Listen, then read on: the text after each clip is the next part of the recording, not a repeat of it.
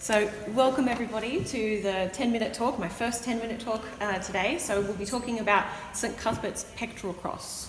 Does anybody know anything about St Cuthbert? I'm not going to ask you questions, but do we all know who St Cuthbert is, more or less? Okay, so you've all walked past a beautiful statue of him raising his eyes to the heavens when he was living on Inner Farm. And it is a little bit intimidating, sort of coming to grips with almost 1,000 years of history in this cathedral, especially for someone like myself who's from Australia, and our history is not quite as long as yours. But I think what is special about this particular object here, subject under discussion, this beautiful pectoral cross, is that it is a little bit closer to us than we might assume. And I think in order to try and demonstrate that to you, I thought I'd go through 3 areas of significance. Obviously, it's a very short talk, so just touching briefly on the religious, the historical, and the cultural significance of this particular object. So what is the pectoral cross?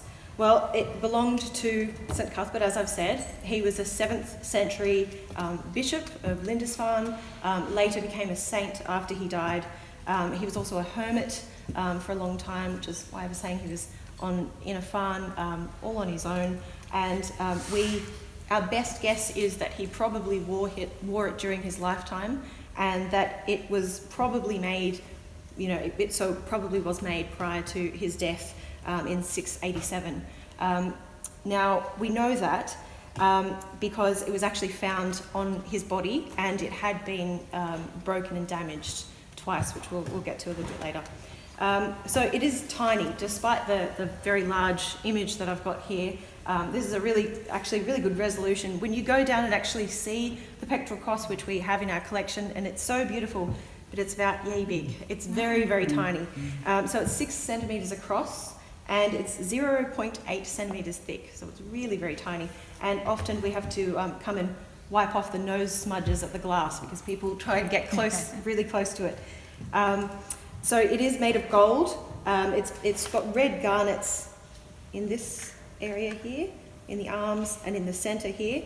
This is shell, or at least part. It was originally all shell, but it's only part of it remains today. Can you all see it from where I'm holding it? So the central cavity here could actually open up. I think that must be the hinge there. So you could open it up and actually put a small relic inside, a very, very tiny relic inside. Because it's only 0.5 centimetres deep, so it's very, very small. We're definitely lucky to have it still in such remarkable condition.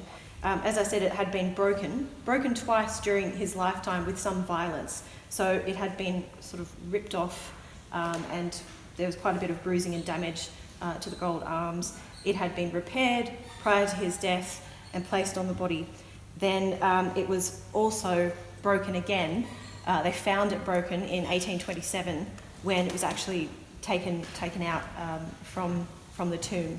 And we presume that the reason is we can see that there's damage to the inside, the internal silver plate, and that that had been in contact with the decomposing body for such a long time that that's how it got broken again.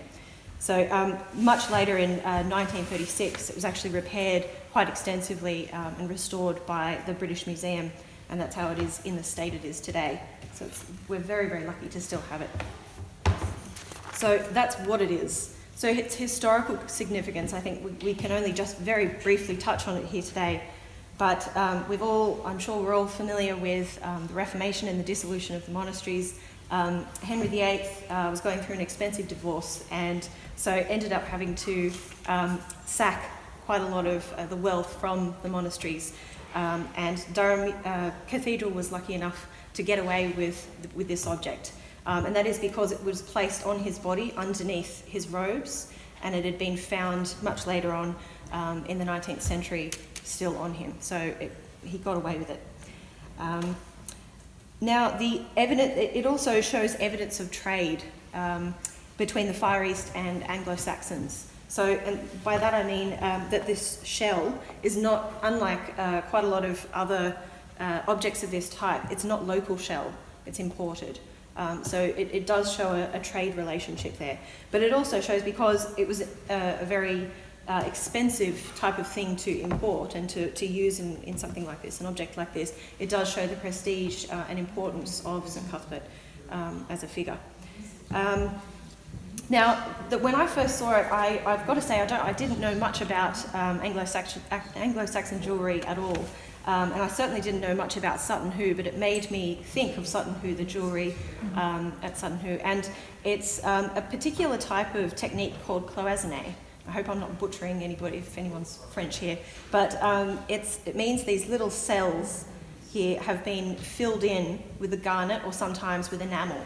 And that sort of thing is definitely popular for these types of objects, religious objects and jewellery.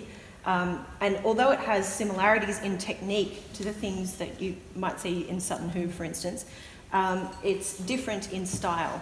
So from that we can say that this is a distinctly northern piece of, northern Christianity from the Anglo-Saxon period, which is, I think, quite special about that. Now, its religious significance, obviously, it is a cross. It stands for a crucifix. We've got the red garnets, which actually stand for the blood of Christ's sacrifice. And the 12 cells here on each of the arms, they stand for the apostles of Christ. Also in the middle here, the storing of a relic inside. So bits and pieces of the saints' bodies could be, once they were taken off and put in something like this, could be thought of as incredibly sacred. So you could even have something as mundane as a fingernail, place it in here, and all of a sudden, you're imbuing this object, which is already very precious, with even more, sacred qualities. So the thing that I really wanted to talk about today was the cultural significance of this object. Now, how many of you are from Durham? Almost, okay, 1, 2, 3, 4. Okay, well, when I first moved to Durham, I did notice this sign everywhere, and of course we'll all know this one. So that is the sign for the symbol for Durham Cathedral. So that's fair enough. It does belong to Durham Cathedral. But then it also exists as the crest of the university. So this is the official Durham University crest. It's also the logo for Durham University. And when you start looking for it, you see it everywhere. It's also, this is Durham Girls High School. So this symbol, it's not just a crucifix, it is, very, very distinctly this pectoral cross. This is the Durham County flag, which is actually recently made, but it won a competition. And obviously, the public of Durham thought that this was something that really symbolised the place that they live. It's in gardens. This was, I think, a couple of years ago. I'm sure they probably put it up every year, probably. But it's a beautiful, it's just outside the Institute of Advanced Studies, I believe, so just on the Palace Green. What I think is quite funny is that it has been corporatised somewhat. I suppose because it mustn't be a copyright issue. Every Tom, Dick and Harry has decided to use this symbol. One of them that I found, which I thought was quite funny, was Durham City Shop Mobility. So if you want to go and hire I'm not advertising, but if you want to go and hire a scooter, mobility scooter, it's advertised with this pectoral cross.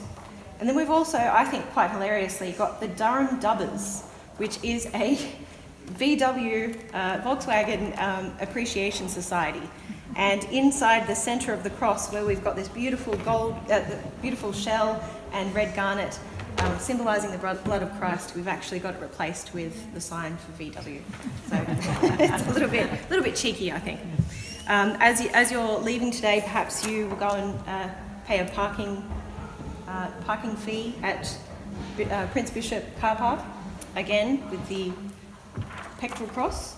And so it really does, it has spread throughout Durham in general. So it has been taken on board by everybody that lives here, not just the cathedral, not just the university. It's at a corporate level, a commercial level. It certainly stands for education.